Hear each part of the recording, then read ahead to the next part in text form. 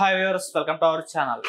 Elections లో YCP ఘోర పరాభవం తర్వాత రోజా గారి పరిస్థితి అగమ్య గోచరంగా ఉంది అని అంటున్నారు. ఎందుకు అనంటే ఆమె పాలిటిక్స్ లో వైసీపీలో ఉన్నప్పటికీ ఆమె తర్వాత సీట్ ఇస్తుందో రాదో తెలియదు. అందుకే సినిమా ఇండస్ట్రీకి వెళ్ళాలని ప్రయత్నిస్తున్నప్పటికీ సినిమా వాళ్ళ సైడ్ నుంచి కూడా ఆమెకు గ్రీన్ సిగ్నల్ రావట్లేదు.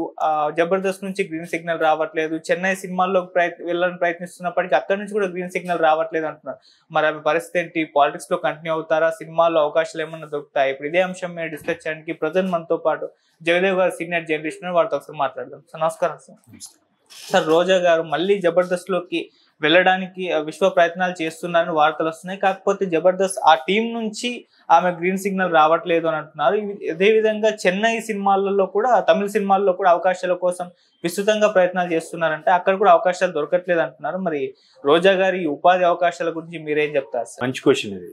ఎందుకంటే ఉపాధి అవకాశాలు గత 5 ఏళ్లలో ఎవరైతే వైసీపీ తరపున ఉన్నారో, వైసీపీ పక్షాన నెగ్గారో వాళ్ళందరూ కూడా లోపల బాగా అంతర్మథనం పడుతున్నారు. ఎట్లా అంటే నాకు అనిపించింది చెప్తున్నా. మొన్న కూడా ఒక ఇలాగే మీలాంటి యాంకర్ ఒకరు అడిగారు, సార్ వాళ్ళు గత ప్రభుత్వంలో చాలా మంది స్కాములు చేశారంట కదా ఏంటని. అంటే మీరు అడిగిన దానికి వస్తాను అక్కడికి. స్కాములు అంటే నేను ఒకసారి అన్నాను, నిజమేనండి, గత ప్రభుత్వం ఒక అభివృద్ధి లేదు, ఒక ప్రాజెక్టు లేదు, ఒక కన్స్ట్రక్షన్ లేదు, ఒక నిర్మాణం లేదు, ఏమీ లేనప్పుడు ఎలాగ ఎమ్మెల్యేలు బతుకుతారు? కేవలం ఈ 2 లక్షల జీతం ఏదో ఇస్తుంది ప్రభుత్వం, దాంతోనే అయిపోతుందా? 1,75,000 ఎంతో అంటున్నారు, దాంతోనే బతికేస్తారా? వాళ్ళ మంది, మార్బలం, పెట్రోలు, వాళ్ళ వెనక మనుషులు, జనాలు, వాళ్ళకి తిండి ఖర్చులు, వీళ్ళు నమ్ముకున్నందుకు వాళ్ళకి మళ్ళీ ఏదో చెయ్యాలి, చూడాలి. అలాగనే కదా ఎవరైనా మా గవర్నమెంట్ వస్తే మా లైఫ్ బాగుంటుందిరా, అదే కదా సగటు మనిషి ఆలోచన. మరి ఎవరికి ఏమీ జరగలేదు, ఎవ్వరూ ఏమీ బాగుపడలేదు, అది వాళ్ళకి తెలుసు. కాకపోతే సరేలే గవర్నమెంట్ ఉంది కదా మళ్ళీ యాంటీగా మాట్లాడేది బాగోదని గమ్మున ఉన్నారు. ఇప్పుడు ఒక్కొక్కరు బయటకు వచ్చి చెప్తున్నారు. నాకు తెలిసిన మిత్రుడు ఉన్నాడు, వాడు సీఎం గారు గత మాజీ ముఖ్యమంత్రి పేషీలో ఉంటాడు. ఓకే. జగన్మోహన్ రెడ్డి గారు అంటే పిచ్చ ప్రాణం, రాజశేఖర రెడ్డి గారు అంటే అభిమానం.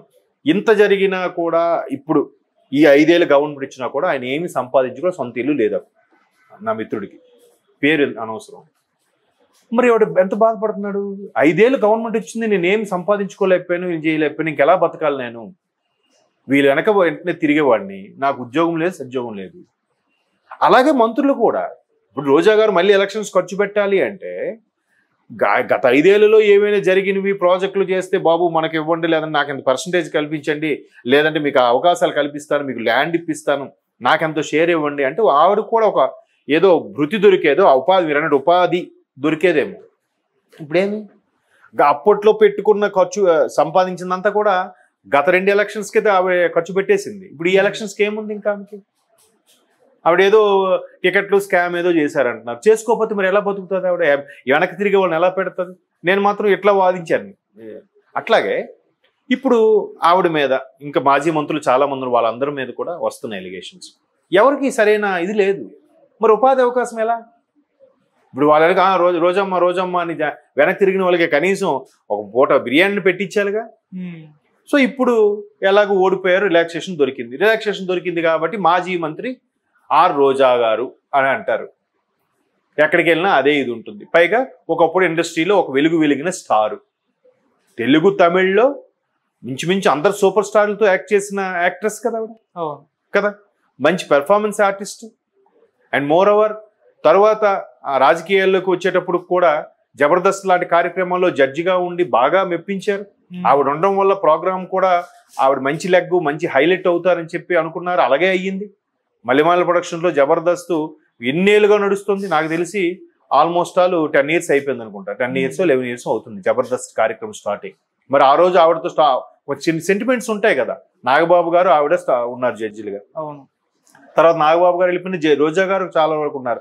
రెండోసారి జగన్మోహన్ రెడ్డి గారి గవర్నమెంట్లో మంత్రిగా అయ్యే టైంకి మాత్రం సరే ఇంకా పద్ధతి కాదని చెప్పి ఆగిపోయారు.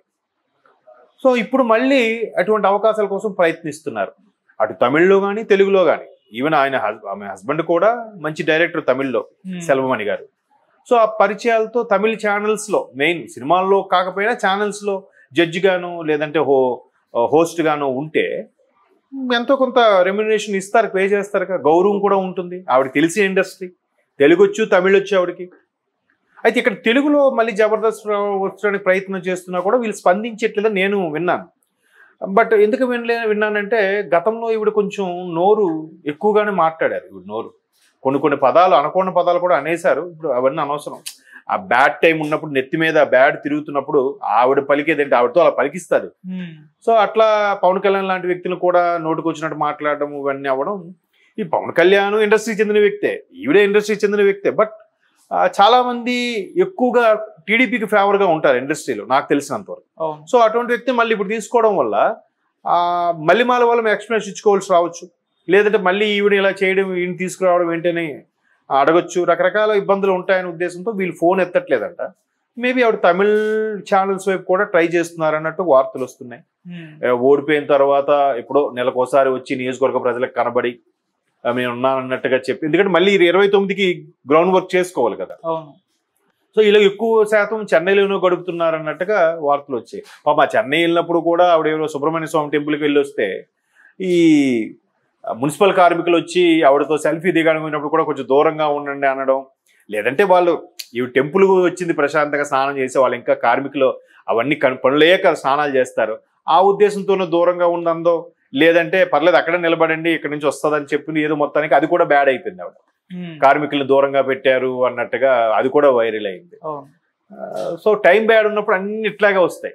బట్ మీరు అన్నట్టు ఉపాధి అవకాశాలు, మీరు అతను బిజినెస్లు ఏం చేస్తున్నారో లేదో తెలియదు సల్మాన్ గారు, మేబీ డైరెక్ట్ చేస్తున్నారో లేదో తెలియదు. బట్ ఈవిడైనా ఒక టీవీ షోస్లో కానీ లేదంటే రాజకీయాల్లో కానీ యాక్టివ్గా ఉంటే ఏవైనా వస్తాయి. పోనీ నేషనల్ లెవెల్ పార్టీ అంటే పోనీ ఒక దానికి ఒకటి ట్యాక్స్లు గీక్స్లు అదే దానికి ఒక బాధ్యత జీతాలు భత్యాలు ఉంటాయి కాబట్టి నడుస్తుందేమో. ఇక్కడ అదేం ఉండదుగా ప్రాంతీయ పార్టీకి. సో తిరిగి వీళ్ళే ఖర్చు పెట్టుకోవాలి. మళ్ళీ 2029 వరకు సిద్ధంగా ఉండాలంటే ఖచ్చితంగా వీళ్ళగా వెనకేసుకోవాలి, ఖర్చు పెట్టాలి, తిరుగుతూ ఉండాలి. ఇప్పుడు ఇంకెక్కువ తిరగాలి. పదవులు ఉన్నప్పుడైతే ఆ పలానా ఏరియాకి వెళ్తే వాళ్ళే అన్ని చూసుకుంటారు, అరే మంత్రి గారు వచ్చారా ఏదో అని. ఇప్పుడు పదవి పోయిన తర్వాత ఎవ్వడు పట్టించుకోడు, పక్కనున్నోడు కూడా కనీసం ఇదవడు. సో ఎలాగో తెలిసిన ఇండస్ట్రీ కాబట్టి ఉపాధి అవకాశాల కోసం తమిళ ఇండస్ట్రీ మీద ఎక్కువగా ప్రయత్నిస్తున్నారు, చెన్నైలోనే ఉంటున్నారు అన్నట్టు కూడా వార్తలు వినిపిస్తున్నాయి. అయితే అయిండొచ్చు, ఏదో ఒకటి చేసుకోవాలిగా. వచ్చే 5 ఏళ్ళ వరకు మళ్ళీ మనుగడ సాగించాలంటే తప్పదు. తర్వాత ఇష్టం లేకపోయినా అది లైఫ్ లాంగ్, ఇవి చెప్పలేం కదా రాజకీయాలు అనేది.